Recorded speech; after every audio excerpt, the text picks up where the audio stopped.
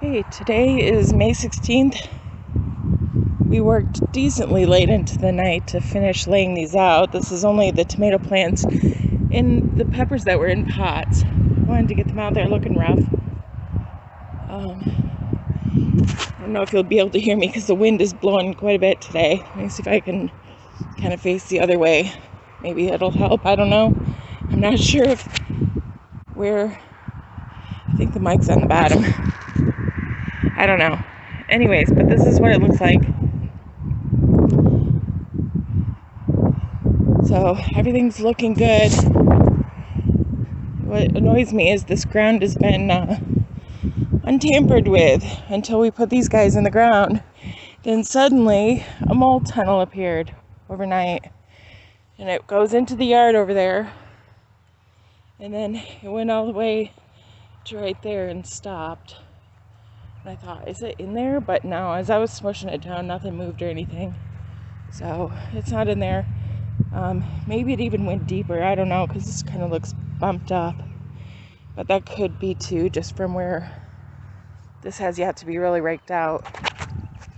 Most of it's raked out, but by the time we got over here, it was like, woo, done.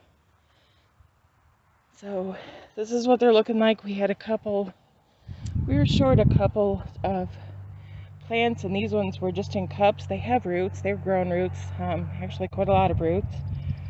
But so these guys went in there. We'll see if they take off or not, because they were very small, and I had planned on having them in there a little bit longer. Most of everything perked back up. These guys are looking a little wilty, I think because it's the heat of the day. I actually have the water on that side. And there's Rocky, who's probably looking to eat more dirt. You want more dirt, Rock? This is his dirt eating spot. I don't know why. I don't know what's there. I mean, we thought at first that it was a manure, but I mean, that's only been sitting here for a little while. Anyway, so I have the water turned on here, and I'm about to change it in a minute because these guys look pretty good. You know, there's only one, and it seems to be like the small ones are the only ones that are actually kind of droopy. And yeah, I might kick myself later again for not planting them closer to the fence or not making sure that they're turned toward the fence. Some of them are, like that guy, he's clearly reaching for the fence. But some of these are kind of the opposite.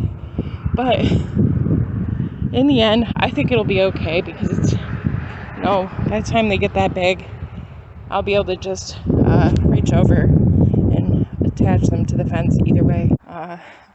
Poor things. Yeah, they're definitely rough, yellowing leaves, but they almost seem happier already. This guy seems less upright. Like, he seemed like he was holding his branches like high and tight. And he looks like he's relaxing, or he's drooping. I'm not sure, but he looks better that way. So we'll see how it goes. I'm gonna switch this water out, and then we'll check on the crabapple. It looks a little droopy as well, so I think it needs some more water. I think I'm gonna have to water that guy every day for a while, until he gets well established.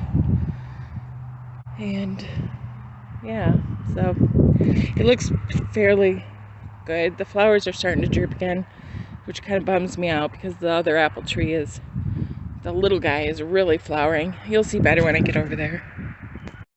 Okay, you can see the crabapple. I don't know if I showed you when it was kind of perked up again, but the little flowers at the top are really drooping, and the leaves look a little droopy, so I'm gonna give him some more water. You know, as a reference, this guy's not droopy at all, and his flowers are really out there and open. I did kind of break off a flower and tried to hand pollinate these. Don't know if that'll work. We'll see. I hope so. It'd be kind of cool if we could get apples this year. Otherwise, I'm pretty convinced we'll have them next year. Because that guy, this is the first year flowering since he came from that crack over by the garage.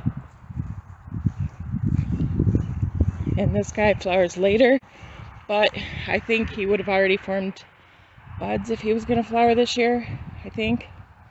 But I don't really know that much about apples. So I'm just watching it. Oh, there's a jumping spider. That's okay though. This is gonna help protect the tree. I do not know really what to do with this area. I'm not sure if I should try to just cut the grass back. I mean, there's the sage out in the middle. I don't know if I just need to come through here with hand shears or something. There's a bunch of bee balm in there, but of course you can see there's this really long grass right here. And I don't know if that zebra grass is coming back. I don't really see anything growing in it, but I'll have to cut the stalks down, I guess. This is where the raised bed is supposed to be. This is for the brassicas. It will be. So I think it will be easier to just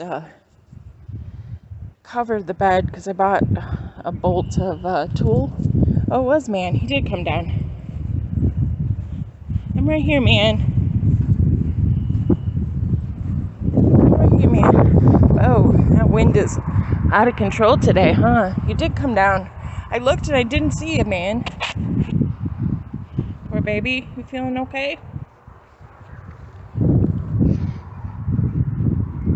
Poor man. He's had, well, if I'm being honest, he's had a rough couple months.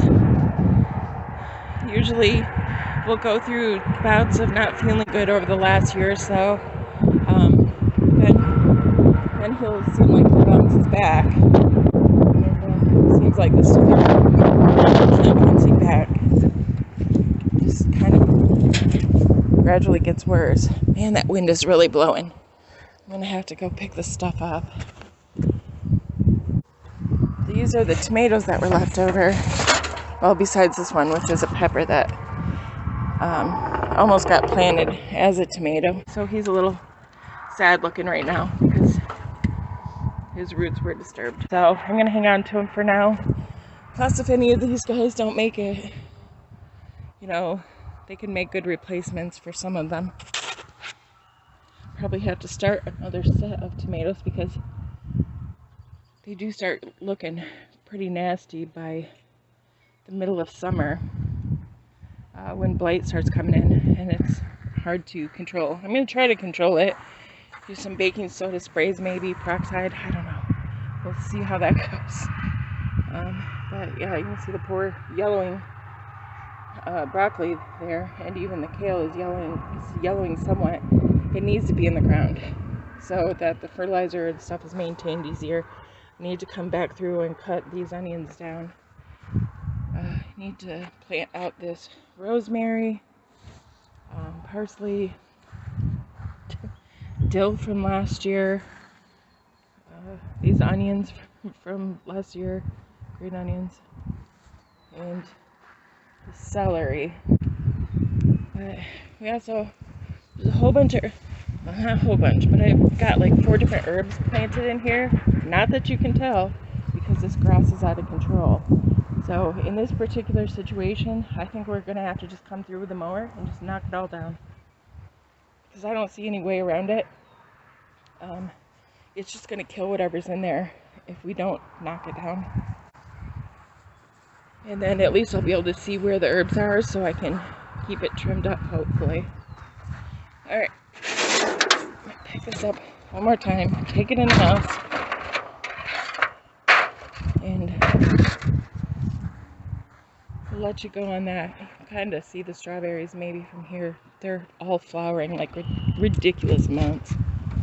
So hopefully we'll have really good harvest of strawberries early. That'd be awesome. Okay, thanks.